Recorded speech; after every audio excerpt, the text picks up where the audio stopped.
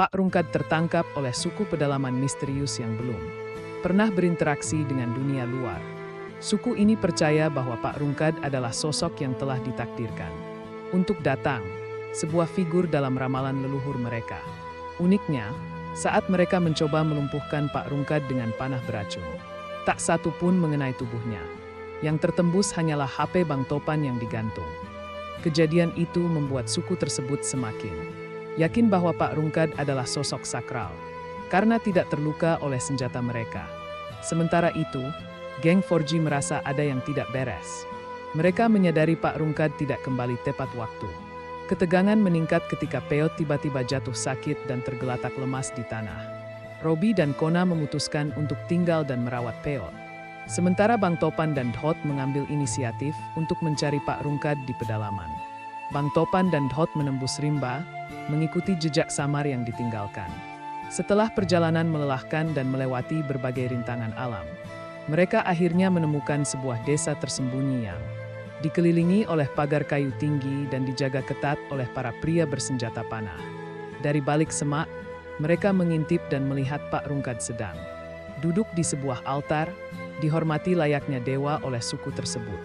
Meski tampak tidak disakiti, jelas bahwa Pak Rungkad tidak bisa bebas. Bang Topan mulai menyusun rencana penyelamatan. Ia menyadari bahwa pendekatan frontal akan terlalu berisiko. Ia merancang strategi cerdik, memanfaatkan kepercayaan suku terhadap simbol-simbol sakral, termasuk HP-nya yang tertembus panah, kini dianggap pusaka oleh suku itu. Dhot awalnya ragu, tapi akhirnya setuju dengan rencana Bang Topan. Mereka menyamar dan menyusup ke desa saat malam tiba. Menyelundup ke altar dan bersiap untuk membebaskan Pak Rungkad, yang diam-diam sudah membaca situasi dan menunggu waktu yang tepat untuk kabur. Di tengah ritual besar yang dilakukan suku untuk memuliakan Pak Rungkad, Bang Topan dan Dhot beraksi. Mereka berhasil mengalihkan perhatian para penjaga dengan api unggun palsu yang dibuat dari bahan kimia Bang Topan. Dalam kekacauan itu, mereka membawa Pak Rungkad keluar desa. Meski sempat dikejar oleh beberapa anggota suku, Pak Rungkad menunjukkan jalan rahasia yang pernah ia pelajari saat masih dalam penahanan. Mereka berhasil melarikan diri dan kembali ke tempat Kona, Robi, dan Peot. Peot mulai membaik, dan geng 4G bersatu kembali. Namun, Pak Rungkad kini menyimpan rahasia. Selama penahanannya, ia menemukan bahwa suku itu tidak hanya percaya takdir, tapi juga menyimpan peta kuno yang mengarah ke sebuah lokasi yang bisa mengubah masa depan siapapun yang menemukannya. Petualangan mereka baru saja dimulai. Malam setelah pelarian, Pak Rungkad duduk dekat api unggun bersama geng 4G. Semua tampak lega, namun ada ketegangan di wajah Pak Rungkad. Ia membuka cerita soal peta kuno yang dilihatnya saat berada di desa suku. Sebuah gulungan kulit kayu yang menggambarkan jalur rahasia menuju. Itu bukan hanya legenda, peta itu nyata, dan mereka menyembunyikannya dari dunia luar. Tapi aku sempat menghafalnya. Semua terdiam. Bang Topan menatap serius. Bang Topan, kalau benar, kita harus kembali dan ambil peta itu. Namun Dhot ragu. Ia takut mereka terlalu banyak menantang hal mistis. Dhot, kita hampir mati barusan. Sekarang mau balik lagi? Kita ini siapa? Pemburu takde. Peot, yang kini mulai bisa duduk, ikut bicara dengan suara pelan. Piat. Dipandu oleh Pak Rungkad, mereka kembali mendekati desa. Kali ini dari sisi lain yang lebih terjal tapi minim penjaga. Mereka tahu ritual besar suku hanya dilakukan pada malam-malam. Bulan penuh dan malam itu akan datang lagi esok. Mereka menyusun rencana untuk menyusup ke kuil dalam, tempat peta disimpan. Kona dan Robi bertugas menjadi pengalih perhatian. Sementara Bang Topan, Dhot, dan Pak Rungkad menyelinap ke dalam kuil. Mereka berhasil masuk ke kuil. Namun, saat mengambil gulungan peta, mereka menemukan ukiran dinding batu yang membuat darah mereka dingin. Di sana terpahat sosok mirip Pak Rungkad, dengan detail wajah dan rambut yang identik, sedang berdiri di hadapan matahari hitam. Di bawahnya tertulis dalam aksara kuno, dia yang kembali bukan untuk dirinya, tapi untuk membuka pintu langit bagi dunia. Bro, lu benar-benar bagian dari ini semua. Pak Rungkad hanya diam, matanya memandang dalam.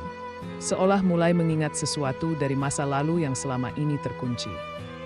Tiba-tiba, alarm suku berbunyi. Robbie dan Kona ketahuan saat menciptakan gangguan. Para penjaga menyerbu ke kuil. Dalam kekacauan itu, Dot terluka, dan Bang Topan membantu membawanya kabur. Pak Rungkad, sambil menggenggam gulungan peta, menyalakan obor dan membakar bagian lain dari kuil untuk menciptakan asap tebal, sehingga mereka bisa melarikan diri. Dengan tenaga terakhir, mereka kembali menyusuri jalur rahasia. Beberapa hari kemudian, geng 4G berjalan mengikuti peta. Peta itu menunjukkan mereka harus melewati lembah gelap, hutan dengan kabut tebal dan makhluk aneh.